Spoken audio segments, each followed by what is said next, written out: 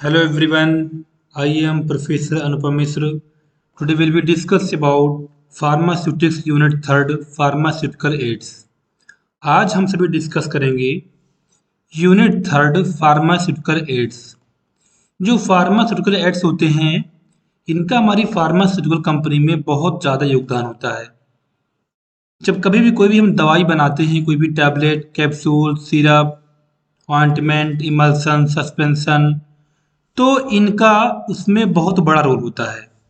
Means कोई भी यदि हम बना रहे हैं टैबलेट 2 mg की और वो टैबलेट तैयार हुई 200 mg, तो बाकी जो भी 198 mg है वो सारा एक्सीपियंट है। तो किसी भी टैबलेट को, किसी भी मेडिसिन को यदि बनाते हैं तो उसमें फार्मास्यूटिकल एड्स का इस्तेमाल किया जाता है। यदि हम सिरप की बात करते हैं तो वहाँ पर भी इसका इस्तेमाल किया जाता है। सस्पेंशन की बात करते हैं तो वहाँ पर भी इसका इस्तेमाल करते हैं। कैप्सूल की बात करते हैं तो वहाँ पर भी इसका इस्तेमाल करते हैं। तो जो भी मेडिसिन हम बनाते हैं वहाँ पर फार्मास्यूटिकल एड्स यानी एक्सीपियंट को हम ज़रूर यूज़ करते हैं, क्योंकि बिना इसके यूज़ किए हम मेडिसिन को नहीं बना पाते हैं। जैसे मान लीजिए सपोज दैट कोई भी टैबलेट है, जैसे अल्प्राजोलम है, मान लीजिए वो 2 mg है, तो 2 mg टैबलेट को बनाने के लिए ऐसा नहीं है कि 2 mg को लेकर ऐसे हम खा लेंगे और 2 mg टैबलेट हम बना भी नहीं पाएंगे, क्योंकि 2 mg कितना सा होता है। और 2 mg यदि हम किसी को देंगे तो हमारे टंग में ही चिपक जाएगी। तो प्रॉपर 2 mg हम प्रॉपर खा सकें उसके लिए हम उसमें कुछ फार्मास्यूटिकल एड्स को हम मिला लेते हैं, ताकि जो उसका फिलहाल कहने मतलब उसका जो वेट बढ़ जाता है। 2 mg है तो 2 mg प्लस उसमें कुछ और ऐड कर दिया, मान लीजिए हमने इसमें 100 mg ऐड कर दिया, तो हमारी 102 mg की टैबलेट तैयार हो गई और उस टैबलेट को हम आसानी से खा सकते हैं। तो इसीलिए हम फार्मास्यूटिकल एड्स को हम इस्तेमाल करते हैं। देखा जाए तो इसका हमारे बॉडी में कोई भी एक्शन या कोई थेरेप्यूटिक इफेक्ट नहीं होता। ऐसा नहीं है कि इसको हम दवा के साथ इसको हम खा रहे हैं तो ये हमारी बॉडी में फ़ायदा करेगी, ऐसा कुछ नहीं है। इसका हमारी बॉडी में कोई भी थेरेप्यूटिक इफेक्ट नहीं है। मीन्स ये हमारी बॉडी में जो बीमारी है उसको आराम नहीं करेगी, उसको ठीक नहीं करेगी। जो ठीक करेगी केवल 2 mg टैबलेट ही ठीक करेगी, जो एपीआई है। तो आइए हम डिस्कस करते हैं इसकी definitions. A substance used in the manufacture of pharmaceutical drugs means ऐसे सब्सटेंस जो कि किसी भी फार्मास्यूटिकल ड्रग को बनाने में हम इसका इस्तेमाल किया जाता है।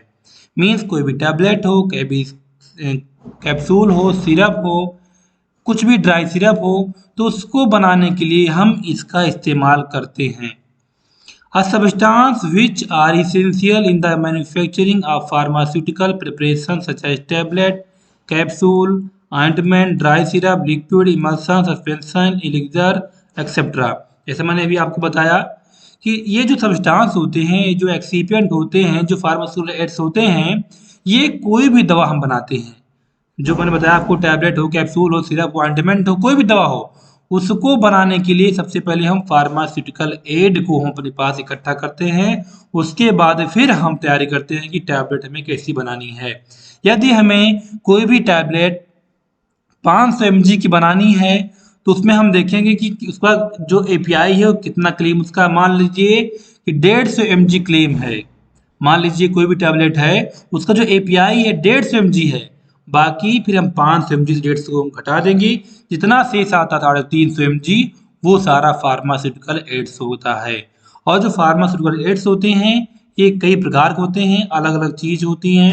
एक इमल्सन में हम कुछ और इस्तेमाल करते हैं, ड्राई सिरप में कुछ और इस्तेमाल करते हैं, टैबलेट में कुछ और इस्तेमाल करते हैं। तो अलग अलग हमारे एक्सीपेंट होते हैं। टैबलेट कैप्सूल के आधार पे, ड्रग के आधार पे हम एक्सीपेंट को इस्तेमाल करते हैं। These are substance are no therapeutic value, और इसका हमारे बॉडी में कोई भी थेरेप्यूटिक रिस्पॉन्स नहीं है। ऐसा नहीं है कि दवा को हम खा रहे हैं तो साथ में एक्सीपेंट भी खा रहे हैं, ऐसा नहीं है कि एक्सीपेंट खा रहे हैं तो हमारी डिजीज ठीक हो जाएगी। आइए कुछ समझते हैं हम।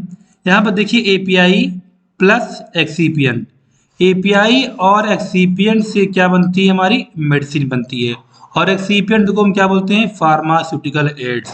मीन्स एपीआई एंड एक्सीपिएंट दोनों को जोड़ करके हमने क्या बनाया, एक मेडिसिन। ये ध्यान रखना हमेशा, मेडिसिन अकेले में नहीं बनती है। जैसे हमारी एपीआई है, ये 2 mg है, ओके, एंड देन एक्सीपिएंट है। तो जो भी एपीआई और एक्सीपिएंट दोनों को मिलाकर के हमने क्या बना दिया, एक मेडिसिन, एक टैबलेट हमने तैयार कर दिया। और इसी एक्सीपिएंट को हम क्या बोलते हैं, फार्मास्यूटिकल एड्स से बोलते हैं। एग्जाम्पल ऑफ फार्मास्यूटिकल एड्स कौन कौन से इसके एग्जाम्पल हैं, डायलुएंट्स हैं, binder, flavouring agent, sweetening agent, colouring agent, preservative, surfactant, emulsifying agent, suspending agent, glidants and lubricants. तो इतने सारे जो हमारे हैं वो फार्मास्यूटिकल एड्स के एग्जाम्पल हैं। और जो ये सारे आप देख रहे हैं एग्जाम्पल को, ये अलग अलग डोजेस फॉर्म में अलग अलग ड्रग को बनाने में अलग अलग एग्जाम्पल्स यूज किए जाते हैं। जैसे बाइंडर की बात करते हैं तो कहीं और उसके इस्तेमाल करते हैं, उसका इस्तेमाल करते हैं हम टैबलेट में, है ना। तो जो भी आप देख रहे हैं यहाँ पर वो अलग अलग डोजेस फॉर्म में उसको हम इस्तेमाल करते हैं। Classification of pharmaceutical aids. पहला क्लासिफिकेशन है diluents. Diluents act as filler in pharmaceutical tablets to increase weight and improve content uniformity. जो डायलुएंट्स होता है वो फिलर की तरह एक्ट करता है। और जो डायलुएंट होते हैं ये टैबलेट के वेट को बढ़ाता है, उसको इंक्रीज करता है। कैसे करता है, जैसे कोई भी एपीआई है, मान लीजिए एसिक्लोफिनेक है, वो हमने 100 mg लिया, 100 mg क्लेम है एसिक्लोफिनेक का, और हमें बनानी टैबलेट 300 mg। तो जो इसमें 300 माइनस 100 कितना बचा, 200। तो इसमें हम 200 mg क्या ऐड कर देंगे, डायलुएंट्स। कहने मतलब ये है कि 100 mg एपीआई में हम कोई टैबलेट प्रॉपर नहीं बना पाएंगे, छोटी रहेगी प्रॉपर, उसको हम खा भी नहीं पाएंगे। तो थोड़ा सी बड़ी भी हो जाए टैबलेट और हम आसानी से उसको खा भी सकते हैं और उसको आसानी से हम पैकिंग भी कर सकते हैं। तो उसके लिए हम उसमें थोड़ा सा वेट बढ़ा देते हैं और उसका वेट हम कर देते हैं 300 mg। तो इसी को हम बोलते हैं डायलुएंट। जो भी एपीआई से एक्स्ट्रा जो हमने ऐड किया उसमें, उसी को हम बोलते हैं डायलुएंट्स। और जो उसमें एक्स्ट्रा ऐड करते हो क्या हो सकते हैं, एग्जाम्पल में लिखा हुआ है, लैक्टोज है, माइक्रोक्रिस्टाइन सेलुलोज 101 एंड 102 है, सॉर्बिटॉल है, ये इसको हम इस्तेमाल करते हैं सिरप में, and dibasic calcium phosphate है, इसे बोलते हैं डीसीपी, एंड स्टार्च। ये सारे एग्जाम्पल्स हैं जिनका इस्तेमाल हम करते हैं किसी भी टैबलेट को वेट को बढ़ाने में। दूसरा है binders. These are the dry powder or liquid which are added during wet granulation to promote to granule or to promote cohesive compact during direct compression। जो बाइंडर होता है वो ड्राई पाउडर भी हो सकता है और लिक्विड हो सकता है। इसका इस्तेमाल हम करते हैं टैबलेट जब हम बनाते हैं तो पहले क्या होता है, पाउडर होता है। तो पाउडर को हम कन्वर्ट करते हैं दाना में, मीन्स ग्रेनुल्स में। अब ग्रेनुल्स को बनाने के लिए हमें बाइंडर का इस्तेमाल करना पड़ता है। मीन्स उसमें हम पानी इस्तेमाल करते हैं और बाइंडिंग एजेंट इस्तेमाल करते हैं, दोनों को मिलाते हैं और उसको मिलाने के बाद हमारा पेस्ट बनता है। और पेस्ट बनने के बाद फिर हम डालते हैं पाउडर में और फिर उसको हम बाइंडिंग करते हैं, इसे हम बोलते हैं वेट ग्रेनुलेशन। और उसको हम ड्राइंग करते हैं, फिर इसको हम सीविंग करते हैं, फिर ड्राइंग करते हैं। उसके बाद क्या हमारा बन जाता है, ग्रेनूल बन जाता है, प्रमोट टू ग्रेनूल बन जाता है। उसके बाद देन फिर उसको हम भेजते हैं कंप्रेशन पे और फिर वो जो हमारा दाना होता है उसको हम भेजते हैं कंप्रेशन पे और हमारी टैबलेट बन जाती है। एग्जाम्पल क्या क्या है, starch, gelatin, lactose, ethyl cellulose, methyl cellulose, polyvinyl pyrrolidone, carboxy methyl cellulose. ये सारे क्या है, बाइंडिंग एजेंट हैं जिसके यूज से हम कोई भी टैबलेट को हम आसानी से बना सकते हैं। इसके जो भी हमारे ये बाइंडिंग एजेंट हैं इसके इस्तेमाल से हम टैबलेट को आसानी से बना लेते हैं। थर्ड है lubricants. These are included in tablet formulation to reduce the friction between die wall and tablets. Means जो लुब्रिकेंट होता है इसका इस्तेमाल हम करते हैं टैबलेट फार्मुलेशन में। मीन किसी भी टैबलेट को हम बनाएंगे तो हम लुब्रिकेंट का इस्तेमाल करते हैं। और क्यों करते हैं, मीन्स लुब्रिकेंट का इस्तेमाल हम इसलिए करते हैं कि ताकि जो हमारा ग्रेनूल है वो पहली बात तो आपस में ना चिपके। मैंने 5 कुंटल हमने दाना को बना लिया और एक पन्नी में रख लिया, तो वो आपस में चिपके ना, इसके लिए हम उसमें क्या डाल देते हैं, लुब्रिकेंट डाल देते हैं ताकि आपस में चिपके ना, लड्डू ना बने। दूसरा, जब हम मशीन पे चलाते हैं कंप्रेशन में जब चलाते हैं तो वो डाई में मीन्स पंच में चिपके ना, इसलिए हम लुब्रिकेंट का इस्तेमाल करते हैं।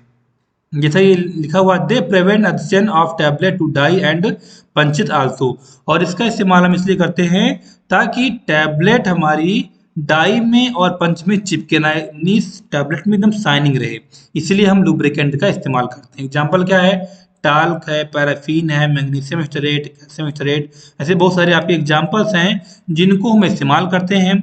जब हमारा पाउडर होता है उसको पहले हम बाइंडिंग करते हैं, बाइंडिंग करने के बाद उसको हम ड्राई करते हैं, ड्राई करने के बाद उसको हम सिफ्टिंग करते हैं, उसके बाद फिर उसको हम लुब्रिकेंट जब करते हैं कोन ब्लेंडर में, जब कोन ब्लेंडर में जब मिक्सिंग करने के पहले हम डाल देते हैं उसमें टैल्कम मैग्नीशियम डाल देते हैं, मीन्स उसमें लुब्रिकेंट डाल देते हैं और उसको अच्छे से 20 मिनट तक उसको हम अच्छे से मिक्सिंग कर लेते हैं, और मिक्सिंग करने बाद उसको हम रेडी फॉर कंप्रेशन वहां भेज देते हैं और वहां पर चलती है, वहां पर कोई दिक्कत नहीं आती, ना ही डाई में चिपकता है और ना ग्रेनुल आपस में चिपकते हैं, ना ही कोई समस्या होती है, बढ़िया टैबलेट में शाइनिंग रहती है।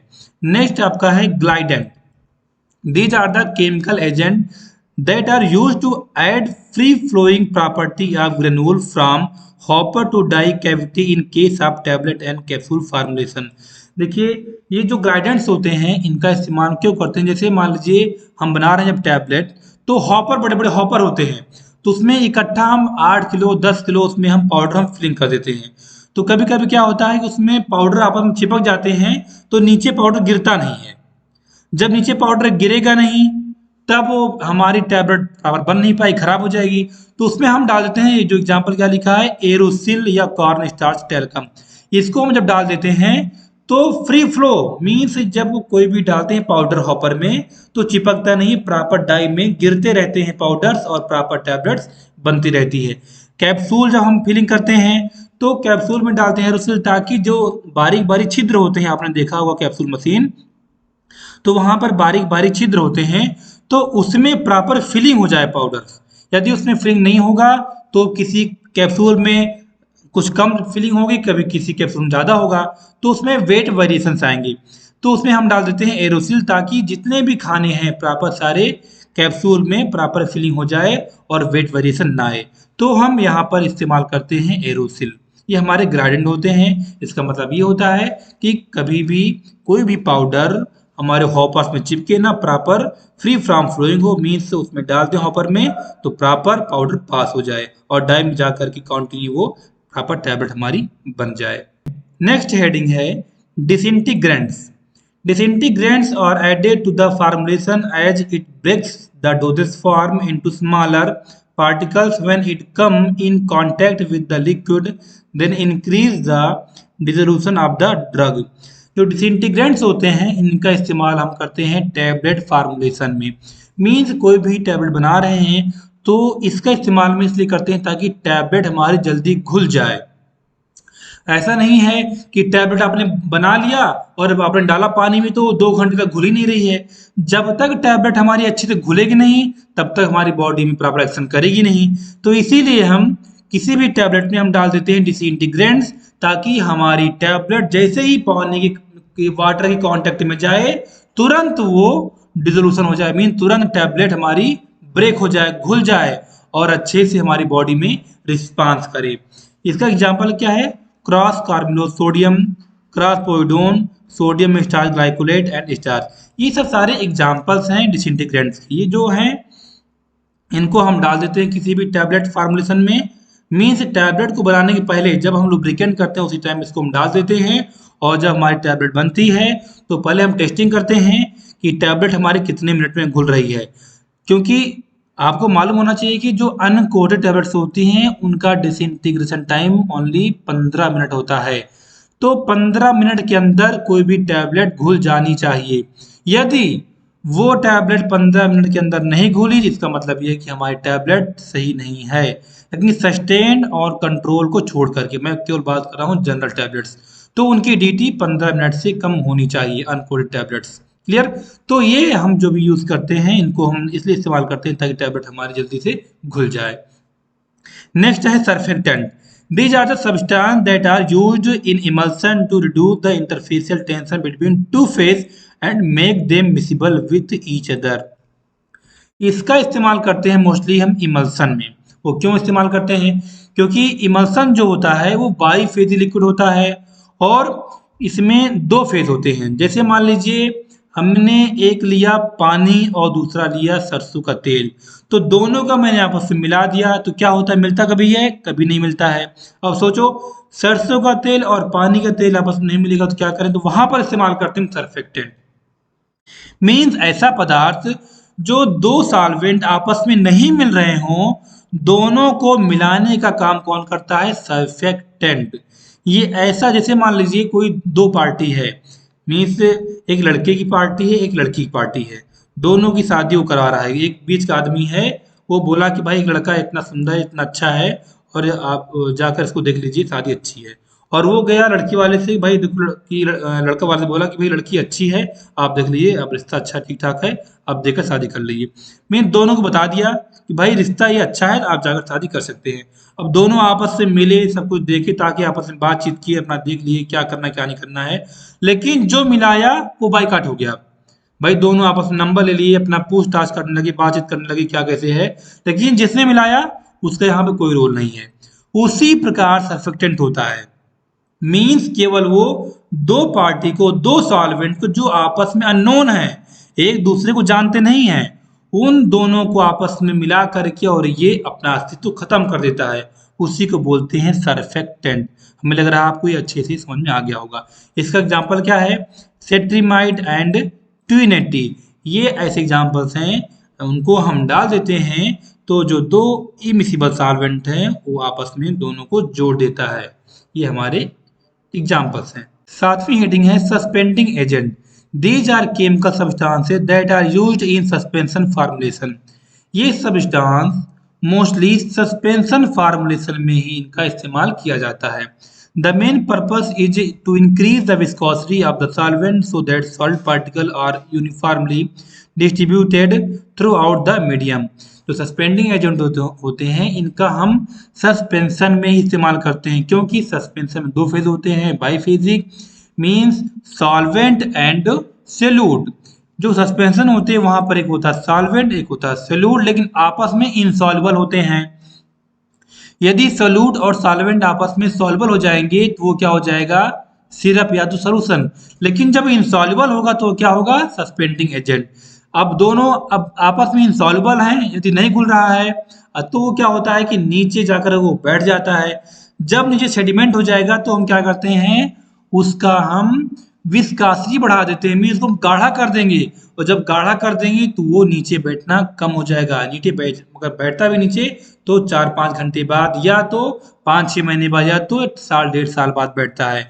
तो ऐसा कुछ हम एजेंट इस्तेमाल करें जो उसको गाढ़ा कर दे और उस सोल्यूट को, उस सॉलिड को नीचे बैठने ना दे, उसी को बोलते हैं सस्पेंडिंग एजेंट। उसके एग्जाम्पल क्या है? मिथाइल सेलुलोज, जेलेटिन, ट्रेगाकेंथ, जेंथनगम, ये सारे एग्जाम्पल हैं सस्पेंडिंग एजेंट के जो किसी भी सोल्यूशन को गाढ़ा कर देते हैं ताकि सोल्यूट नीचे ना बैठे। Emulsifying agent. An emulsion is a thermodynamically unstable system containing mixture of two or more immiscible liquid which is stabilized by adding emulsifying agent. Emulsifying agent क्या होता है? ये ऐसा इमल्सन होता है जो थर्मोडायनेमिकली अनस्टेबल होता है। मीन्स कोई भी दो सॉल्वेंट, यहाँ देखो सस्पेंडिंग में और इमल्सिफाइंग में अंतर केवल इतना है कि जो सस्पेंडिंग एजेंट होते हैं, जो मीन सस्पेंशन जो होते हैं, सस्पेंशन सोल्यूट एंड सॉल्वेंट वो होते हैं सस्पेंशन, लेकिन जो इमल्सन होता है बोथ आर सॉल्वेंट, मीन्स दोनों सॉल्वेंट हों और दोनों आपस में इनसॉल्युबल हों। जैसे कोई सरसों का तेल ले लिया हमने और हमने ले लिया पानी, दोनों आपस में क्या है? इनसॉल्युबल है, तो वो क्या हमारा इमल्सन है। तो अब सोचिए, मीन्स मैंने सॉल्वेंट लिया और कोई आयल लिया और दोनों आपस में इनसॉल्युबल हैं और दोनों को मिलाना है, तो मीन्स ऐसा कोई एजेंट का हम इस्तेमाल करें कि हमारा तेल और पानी आपस में मिल जाए, उसी को हम बोलते हैं इमल्सिफाइंग एजेंट। एग्जाम्पल क्या क्या है, पॉलीसार्बेट 40 या 80, अकेसिया, कोकोनट ऑयल, ये सारे एग्जाम्पल हैं इमल्सिफाइंग एजेंट के, जिनके द्वारा हम किसी भी दो सॉल्वेंट को जो जो कि दोनों इंसॉल्युबल हैं, दोनों को आपस में मिला देता है, गाढ़ा कर देता है, ताकि वो आपस में फिर अलग अलग ना हो, दोनों आपस में मिक्स हो जाते हैं। किसके द्वारा? इमल्सिफाइंग एजेंट के द्वारा। नौवां टाइप है organoleptic agents. Organoleptic additives promote appearance and palatability of pharmaceutical preparation.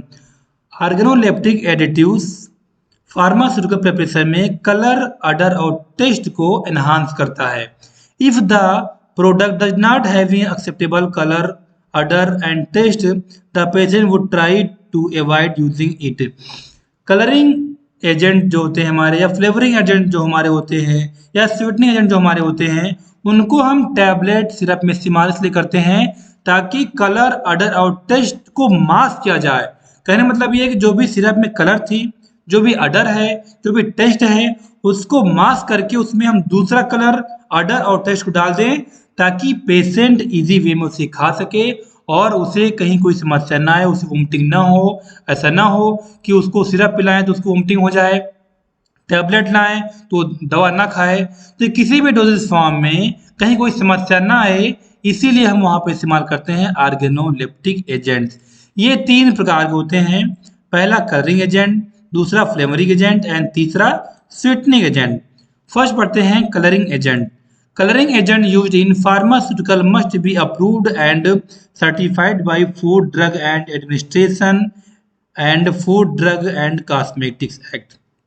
Mean colouring agent जो हम इस्तेमाल करते हैं अपनी फार्मास्यूटिकल कंपनी में, जो हम खाते हैं दवा को, वो कलर FDA से अप्रूव्ड होना चाहिए, क्योंकि उस कलर को हम लोग खा रहे हैं। हम लोग होली खेलते हैं तो उसमें कलर का इस्तेमाल कुछ और करते हैं। ऐसा नहीं कि कोई दवा जो है हम बना रहे हैं उसमें कोई कलर और इस्तेमाल कर रहे हैं जो हम खा नहीं सकते हैं। इसीलिए जो भी कलर का इस्तेमाल हम करेंगे वो FDA से अप्रूव्ड होना चाहिए, तभी हम उस कलर का इस्तेमाल कर सकते हैं, अदरवाइज नहीं। Colouring agent are used in processing of food, drug and cosmetic. जो कलर होते हैं उनका इस्तेमाल हम करते हैं फूड में भी, ड्रग में भी एंड कॉस्मेटिक्स में भी। आपने देखा होगा तमाम सारी क्रीम्स आती हैं, लिपस्टिक्स भी आती हैं, शैम्पू आते हैं, साबुन आते हैं, बहुत सारी दवाइयाँ आती हैं, सिरप आते हैं, वहाँ पर डिफरेंट टाइप्स ऑफ आपको देखने को मिलता है कलर। तो वहाँ पर जो हम कलर का इस्तेमाल करते हैं वो FDA से अप्रूव्ड होता है और तभी से उसको हम उसको हम इस्तेमाल करते हैं। दूसरा सबसे बड़ी बात यह होती है कि कलर जो होते हैं 2 प्रकार होते हैं। पहला जो होता है लैक और दूसरा जो होता है सुप्रा। जो लैक होता है उसका हम इस्तेमाल करते हैं टैबलेट में। मीन्स एक होता है क्या, लैक होता है, और दूसरा जो होता है वो होता है सुप्रा। जो लैक होता है उसका इस्तेमाल हम करते हैं किसमें, टैबलेट में, और जो सुप्रा होता है उसका इस्तेमाल करते हैं हम सिरप में। क्योंकि जो सुप्रा होता है वो पानी में घुल जाता है और लैक जो होता है वो पानी में नहीं घुलता है। तो इसीलिए हम लैक का इस्तेमाल करते हैं टैबलेट में और सुप्रा का इस्तेमाल करते हैं सिरप, इमल्सन और सस्पेंशन में। कलरिंग एजेंट को मोस्टली 2 भागों में बांटा गया है, natural colour and synthetic colour. Natural colour क्या होता है, these are obtained from plant and mineral sources. जो भी नेचुरल कलर्स होते हैं वो प्लांट और मिनरल से ऑब्टेन किए जाते हैं। एग्जाम्पल क्या है, titanium dioxide, Indigo, turmeric, saffron, ये जो होते हैं वो नेचुरल कलर होते हैं और इनको प्लांट एंड मिनरल से ऑब्टेन किया जाता है। दूसरा है synthetic colour, the preparation of colouring agent from coal tar were used in food and beverage to enhance their appearance without regard to their toxicity। जो सिंथेटिक कलर होते हैं उनको हम कोल तार से ऑब्टेन करते हैं, कोल तार से बनाते हैं, और इनका हम इस्तेमाल करते हैं किसी भी टैबलेट, किसी भी कैप्सूल, किसी भी डोजेज फॉर्म को बनाने के लिए, और इसका टॉक्सिक जो इफेक्ट होता है वो ज़्यादा नहीं होता है। एग्जाम्पल क्या है इसके, black, blue, red, green, yellow and orange. ये सब जो आप देख रहे हैं कलर, ये कौन से हैं? सिंथेटिक कलर है। तो हमारे जो कलर होते हैं दो प्रकार के, पहला नेचुरल है एंड दूसरा सिंथेटिक है। जो नेचुरल होते हैं वो प्लांट एंड मिनरल से ऑब्टेन किए जाते हैं, एंड जो सिंथेटिक होता है वो हमारे कोल तार से ऑब्टेन किए जाते हैं। दूसरा टाइप है flavouring agents. A substance that gives flavor to the pharmaceutical preparation are called flavoring agent। ऐसे सब्सटेंस जो फार्मास्यूटिकल प्रिपरेशन में इस्तेमाल किए जाते हैं, यूज किए जाते हैं, उन्हीं को बोलते हैं flavouring agent. Usually they are required to mask the four basic taste sensation salty, bitter, sweet and sour. Means जो फ्लेवरिंग एजेंट होते हैं वो नमकीन, कड़वा, मीठा, खट्टा जो भी होता है उनको मास्क कर देते हैं, उनको छिपा देते हैं फ्लेवरिंग एजेंट द्वारा। मीन्स ऐसे फ्लेवर्स होते हैं, यदि आपकी जो सिरप है वो बहुत कड़वी है तो उसमें डाल देंगे फ्लेवरिंग एजेंट, तो वो क्या होता है, जो कड़वाहट है वो छिप जाती है। तो इस प्रकार से जितने भी हमारे सिरप, सस्पेंस, इमल्सन बनते हैं उसमें हम डाल देते हैं फ्लेवरिंग एजेंट को, ताकि जो पेशेंट होता है उसको जब दवा पीता है तो उसको ये ना महसूस हो कि ये दवा कड़वी है। इसलिए हम इस्तेमाल करते हैं फ्लेवरिंग एजेंट। कोई बच्चा होता है, तब जब वो दवा नहीं पीता है तो जब उसको अच्छा से महक आती है, अच्छी फ्लेवर की खुशबू आती है, तो वो दवा को पी लेता है। तो इसीलिए हमेशा हम इस्तेमाल करते हैं फ्लेवरिंग एजेंट। यदि फ्लेवरिंग एजेंट ना डालें, उसमें कोई खुशबू उसमें ना डालें, तब इंसान दवा को नहीं पी सकता, क्योंकि उसकी दवा की इतनी अजीब बदबू होती है कि आप दवा नहीं पी सकते हैं। इसीलिए हम डालते हैं उसमें फ्लेवरिंग एजेंट, ताकि पेशेंट आसानी से सिरप को पी सके और उसे कहीं कोई समस्या ना हो, कोई उसको वॉमिटिंग ना हो। कौन कौन से इसके एग्जाम्पल हैं? मिंट फ्लेवर है, वेनिला है, लेमन है, हनी है, फ्रूटी है, एप्पल है, चॉकलेट है, चेरी है। ये इतने नहीं, बहुत सारे हैं फ्लेवर जिनका हम इस्तेमाल करते हैं। इमल्सन, सस्पेंशन, एलिक्जा, टैबलेट्स, हर जगह इसका हम इस्तेमाल करते हैं ताकि उसमें अच्छी सी खुशबू आए और पेशेंट को दवा खाने में कहीं कोई दिक्कत ना हो।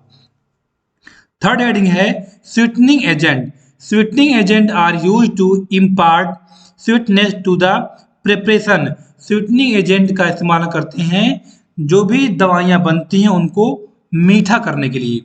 Usually sweeteners are use to mask the bitter taste. और ये जो स्वीटनिंग एजेंट होते हैं इनको हम इसलिए इस्तेमाल करते हैं ताकि जो बिटर टेस्ट है उसको हम मास्क कर सकें, उसको हम छिपा सकें। They find wide application in oral formulation such as solution, suspension, syrup, tablet, chewable, oral formulation, etc.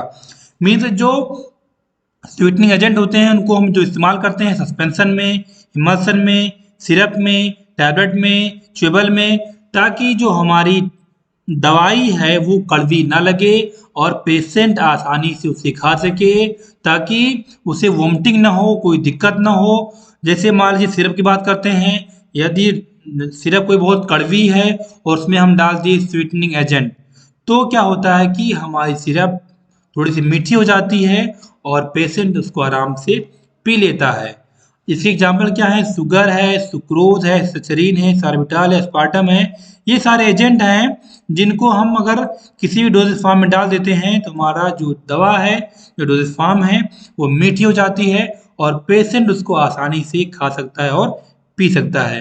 तो ऑर्गेनोलेप्टिक का बहुत ज़्यादा इम्पॉर्टेंट है फार्मास्यूटिकल डोजेज फॉर्म में, चाहे टैबलेट की बात की जाए, सिरप की बात की जाए, इमल्सन की, सस्पेंशन की, तो इनमें बहुत बड़ा योगदान है।